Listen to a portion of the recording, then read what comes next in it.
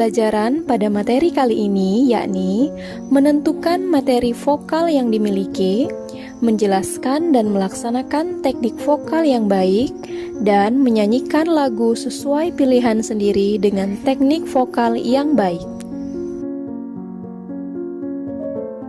Sebelum kita membahas lebih jauh tentang bernyanyi, apakah kalian sudah tahu apa itu bernyanyi?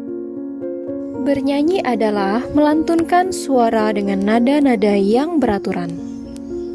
Bernyanyi merupakan aktivitas yang menyenangkan bagi siapa saja yang sedang bahagia, sedih, ataupun dalam keadaan yang tidak menentu. Karena dengan bernyanyi, hati menjadi terwakilkan lewat alunan musik dan lirik lagu yang indah.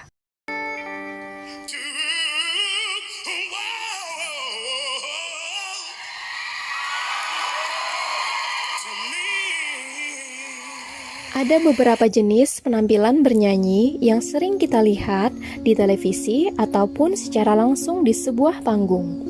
Ada yang bernyanyi sendiri dengan diiringi musik dari CD, ada juga yang tampil dengan band yang lengkap, lalu ada juga yang bernyanyi bersama-sama lebih dari 2 orang yang kita kenal dengan paduan suara atau vokal group.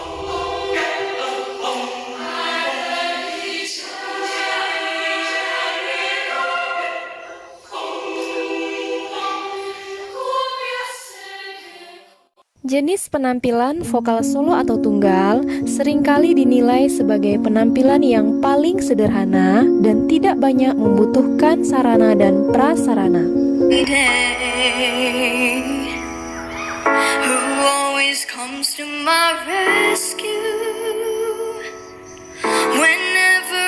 Padahal sebenarnya sama saja, setiap penampilan vokal solo justru memiliki beban yang lebih berat karena seluruh keberhasilan penampilannya sangat tergantung pada sang vokalis atau penyanyi itu sendiri.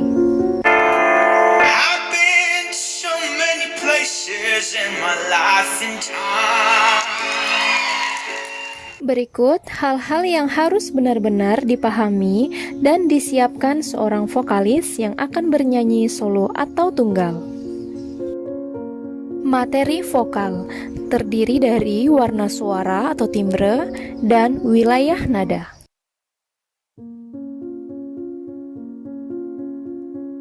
Warna suara atau timbre. Perbedaan ukuran pita suara merupakan pemberian dari Tuhan yang akan menghasilkan frekuensi suara masing-masing.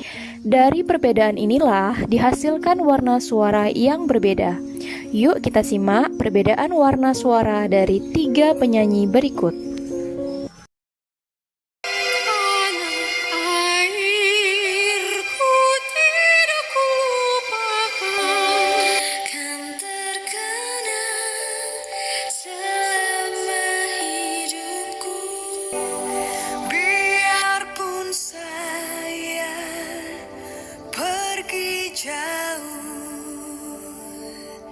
Tidakkan hilang dari kalbu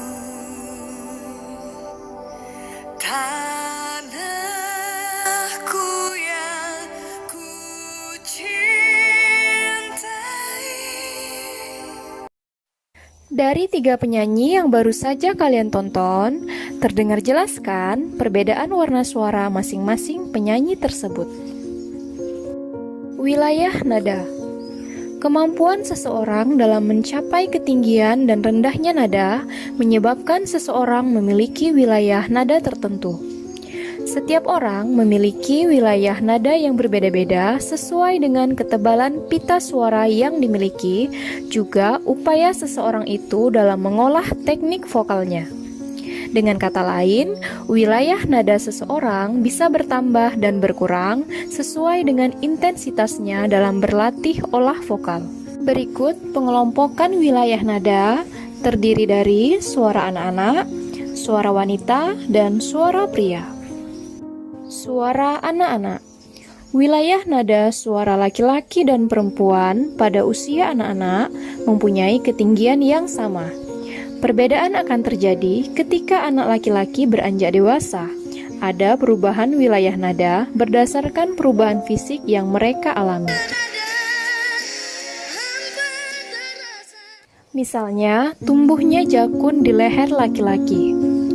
Batas wilayah nada yang dimiliki anak-anak adalah sebagai berikut.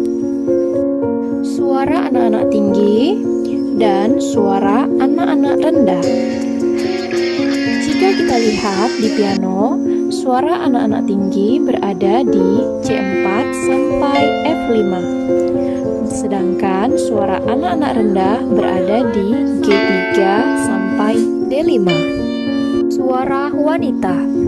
Suara wanita dibagi menjadi 3, yakni suara wanita tinggi yang disebut sopran, suara wanita sedang disebut mezzosopran, dan suara wanita rendah disebut alto. Berikut wilayah nadanya. Kita cek suaranya di piano. Sopran berada di C4 sampai A5. Mezzosopran berada di A3 sampai F5 dan alto berada di F3 sampai D5. Mari kita dengarkan suaranya di piano.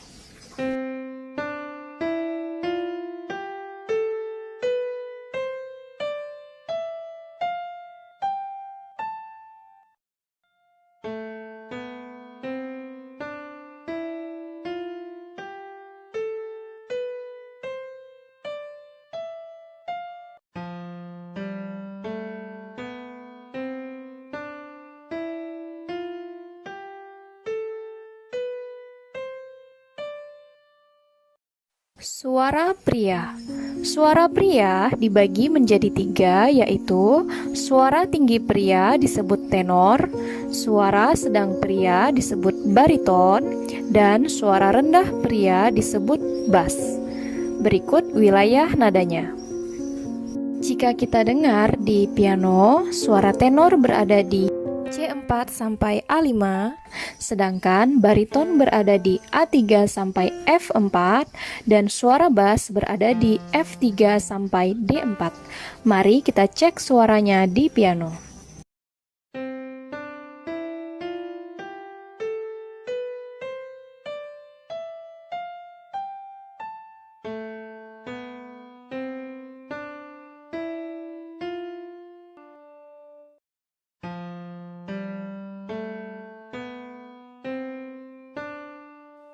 Kalian bisa mengikuti suara piano-piano tersebut untuk mengetahui di mana letak wilayah nada kalian.